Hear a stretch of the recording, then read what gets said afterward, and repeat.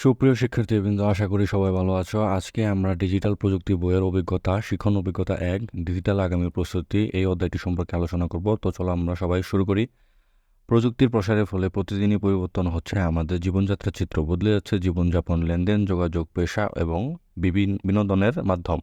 আগামী ৫ বছর পর আমাদের জীবনে কী পরিবর্তন আসছে তা এখন আমরা হয়তো অনুমানও করতে পারবো না। তাই প্রতিনিয়ত পরিবর্তনশীল এই পৃথিবীতে যে কোনো পরিবর্তনের সাথে নিজেকে খাপ খাওয়ানোর জন্য আমাদের প্রস্তুত থাকা চাই।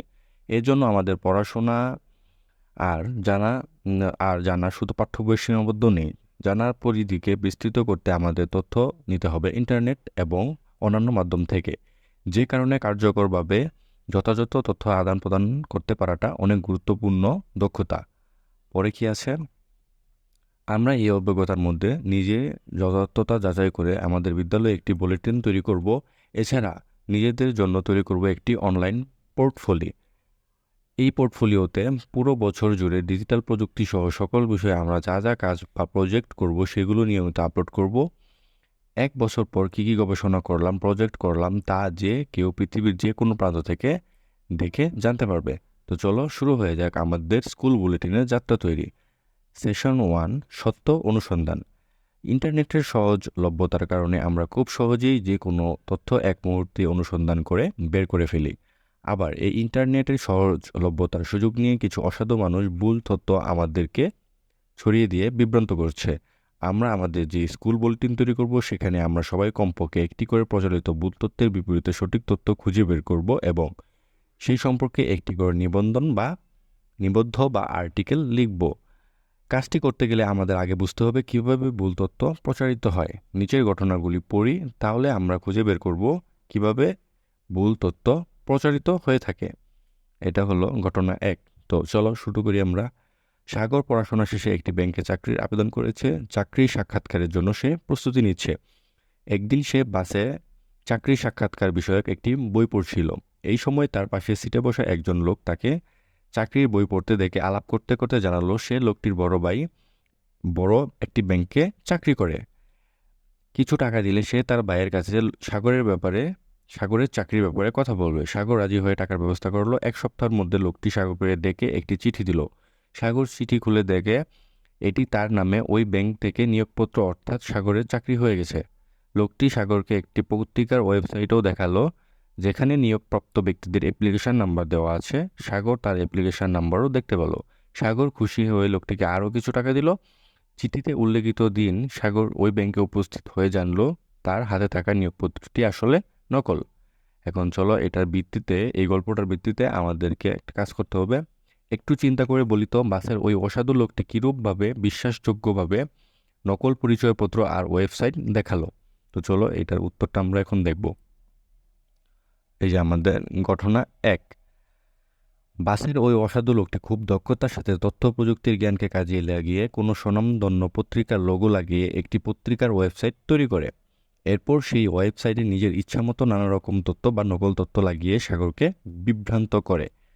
এখন আমরা পরের যে আরেকটা গল্প আছে এটা দেখব।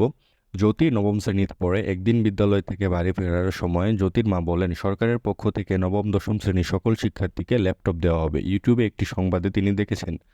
ওই সংবাদ কিভাবে ল্যাপটপের জন্য আবেদন করতে হবে সেটিও বলা হয়েছে। সংবাদটি দেখলো, বুঝতে পারলো বাংলাদেশের স্বনামধন্য একটি টেলিভিশনের সংবাদ। জ্যোতির মনে কোনো সন্দেহ থাকলো না। সে সকল ব্যক্তিগত তথ্য দিয়ে আবেদন ফর্মটি পূরণ করলো, ইমেল করলো। একদিন পর এক ব্যক্তি জ্যোতির মাকে ফোন করলো এবং জানালো ল্যাপটপ পাঠাতে কুরিয়ার খরচ হিসেবে কিছু টাকা মোবাইল ব্যাংকিংয়ের মাধ্যমে পাঠালে তারা ল্যাপটপ পাঠিয়ে দিবে। জ্যোতির মায়ের ফোন থেকে টাকা পাঠালো, কিন্তু এরপর থেকে ওই মোবাইল নাম্বারটি বন্ধ পেল। জ্যোতি বুঝতে পারলো যে সে প্রতারণার শিকার হয়েছে। এই গল্পটা থেকে এখন আমরা দেখব যে লোকটি ইউটিউবের ওই টেলিভিশন সংবাদটি কিভাবে বিকৃত বা নকল করলো। চলো আমরা উত্তরে চলে যাই। এই যে 2 নম্বরের উত্তর। একটু চিন্তা করে বলি তো, অসাধু ওই লোকটি ইউটিউবের টেলিভিশনের সংবাদটিকে কিভাবে বা বিকৃত বা নকল করলো। প্রথমেই অসাধু লোকটি স্বনামধন্য টেলিভিশনের লোগো ব্যবহার করে ভিডিও এডিটিং সফটওয়্যারের মাধ্যমে নকল একটি ভিডিও তৈরি করে। এরপর ইউটিউব চ্যানেলে নকল ভিডিওটি আপলোড করে দেয় এবং তা প্রচার করে দেয়। এখন আমরা আরেকটি গল্প দেখতে পাচ্ছি, পলাশের গল্প। পলাশের বাবা সোশ্যাল মিডিয়ার মেসেজে দেখতে পেলেন তার বন্ধু তাকে পাঠিয়েছেন। ছবিটি আসলে একটি স্বনামধন্য পত্রিকার ছবি। পত্রিকার লোগো এবং কার্ড দেখে বোঝা যাচ্ছে এটি আজই ওই পত্রিকায় ছাপা হয়েছে। ছবির সংবাদটি একটি পাঠ্য বইয়ের ছবি নিয়ে সংবাদে লেখা আছে, পাঠ্য বইতে অপ্রাসঙ্গিক ছবি ব্যবহার করা হয়েছে। পাঠ্য বইয়ের পৃষ্ঠাটির ছবি সংবাদটিতে দেওয়া আছে।